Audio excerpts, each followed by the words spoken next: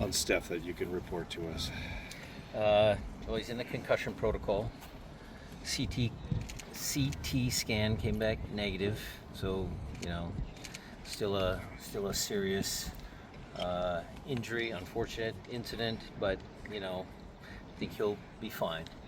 But he has to go through the protocol, and he's had a few over the course of time, so that's going to play into it as well. We'll just be extra careful, and we wish him a speedy recovery. I'd like to have him here today. It's good. Well, he's a tough kid. I was texting back and forth with him yesterday. I said, take your time, do what the doctors tell you, do. He goes, no, Coach, I'm going to come in. And that's leadership. He didn't have to come in. He wanted to let all of us know that he was fine. And that's just, again, part of, who Steph is, what he's about. I say tough kid a lot, but I know that he works extremely hard. The goalkeepers always work hard, and he's a great leader. What was his energy like today? Good. What was the spirits like? The spirits were good. I mean, he gets along with all of his teammates, and it was uplifting, to have him in the building.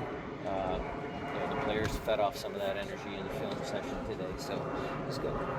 Is it possible to even put like a timeline on it, or No. is it sort of one of those things you literally just take it every week? There are certain steps that he has to, get through. It could take some guys, I think the minimum is 7 days. I'm not sure about that, Jeremiah. Don't quote me on that, but there's a minimum amount of days, and then it can stretch on, as long as it takes to get the athlete healthy again. But I think it's fair to say, by what I'm hearing from you, that you guys could be more cautious than the protocol because of the history and maybe the type of impact that it was on him? I think we're always cautious with all of our players, with all of the injuries that we sustain. I think players' health is paramount. But guys are who they are, and they want to come back early, and they might try and push boundaries, and we have to do a good job protecting them from themselves. And it's give and take, it's conversations, it's making sure we really adhere to the protocol.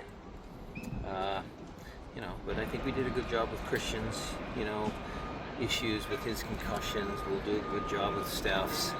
I'm very proud of the fact that Sheila and Scott and our medical team, when the incident happened, I thought that was first class. I thought they were perfect. They actually were talking about that this morning, and even trying to find ways that what did we do wrong? How could we get it even better? I don't think they did anything wrong, but Steph was very appreciative of their expertise, and so am I, because I think we handled it really well.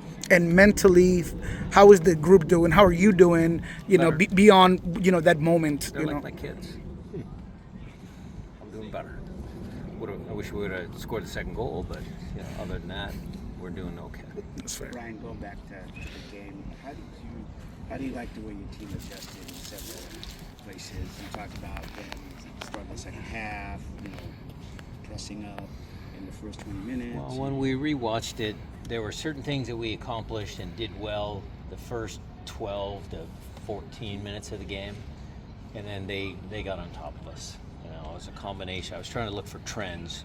Was it just sloppy touches? Was there anything tactical? Was there, certain players, all that sort of stuff? But it was a combination of things, and look, they're a good team. So we kind of revisited some of the things that we wanted to accomplish, made some tweaks at halftime, and they came out at halftime and played well for that 25 minutes. I thought we were on top of them. I'm sorry, I'm dying to ask this question about Obed. Obed makes the tackle, and then you recycle 14 passes on that goal. Well, he gave the ball away. Yeah, that's he what wasn't happy. He wasn't happy that he gave the ball away. So, are you happy? Yeah. But just his Everybody makes mistakes. It's how you react to them. That's what you want to see. control, as you would say. Well, he's doing his job. Can you talk about his ability now to read the game, just in terms of defensively and also offensively to turn the play? He's got a lot of experience. He's got 100+ games in MLS. He's played in CONCACAF games. He's going to get more call-ups for his national team. I mean, he's grasping the bigger picture of the tactics. I think he and Christian, again, are technically very sound players. in the middle of the field for us. I think it helps having, growing up with JP kind of in that sense, and having Christian now come. Obed's had some good mentors, so he's doing great. Ryan Kent came on, and also obviously Jordan. How can you assess that? I know that after a while. Those are short cameo. The Yeah. game was dysfunctional. There were some stoppages. They had some injuries. The last 15 minutes weren't fluid. Go ahead, Jim. I was gonna say on that play, it obviously ends ideally the way you want it to. You have a lot of positives in the play. There was also a moment early on in Which it. play are you talking about? The goal. The goal. Our goal. Your goal. Yeah.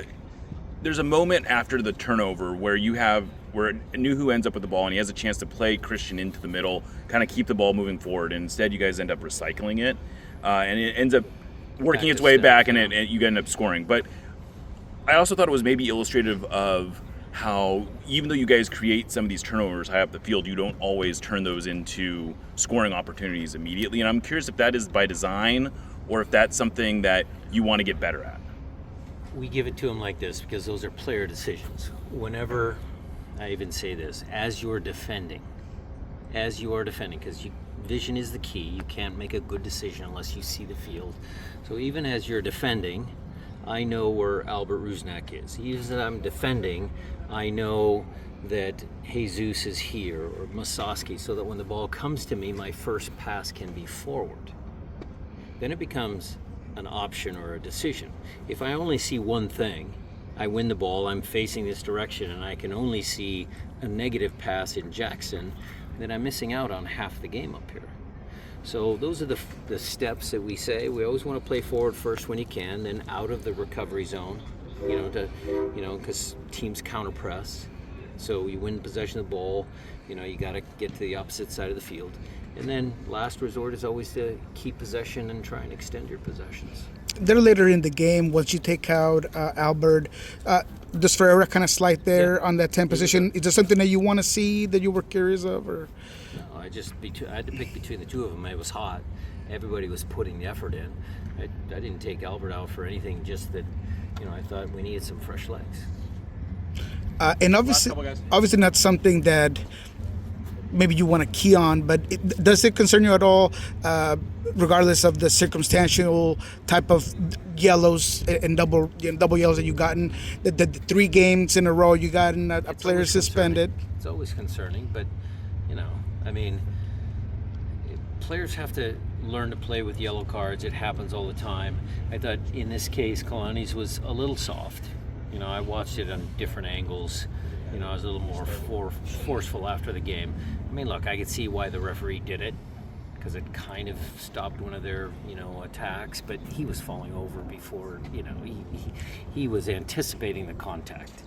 And so was that egregious? No. The other ones, Jonathan Bell, no, he was lunging in for a late, they're all different. So there's no real set scale, but the learning curve there is, earlier in the year, Reed playing on 2 yellows where maybe I should have taken him out. So there's different learning points to each situation. Probably a question for Craig, but there's a report that Obed's been exercised for next season. Any confirmation of that? Yeah, that's definitely Craig. Look, we'd like to have a kid around here for a long time, but we know that's probably not going to happen. But until it happens, until there's other rumors about Tigres with a $10 million. There's a lot of rumors that fly out there. Some on certain sites and people reporting stuff, and that's just part of the nature of the business. And we deal with it. Craig will tell you he's very transparent. He'll let you know if there's anything concrete. Can you give any other injury updates on Yamar and Kim and anyone else that might be working their way back? Yamar and Kim Key here in full training, but again, a little bit of caution there with both of them. Is it too soon for Kansas City? We'll make that determination later in the week, see how they recover, and then, if it's not Kansas City, then they're getting closer. How was the flow of practice without, your captain out there today? It was fun. We have a bunch of good professionals. They understand that injuries happen. Oh, look, we lost JP the other day. That was a big blow, but they're able to respond. It's a tough group.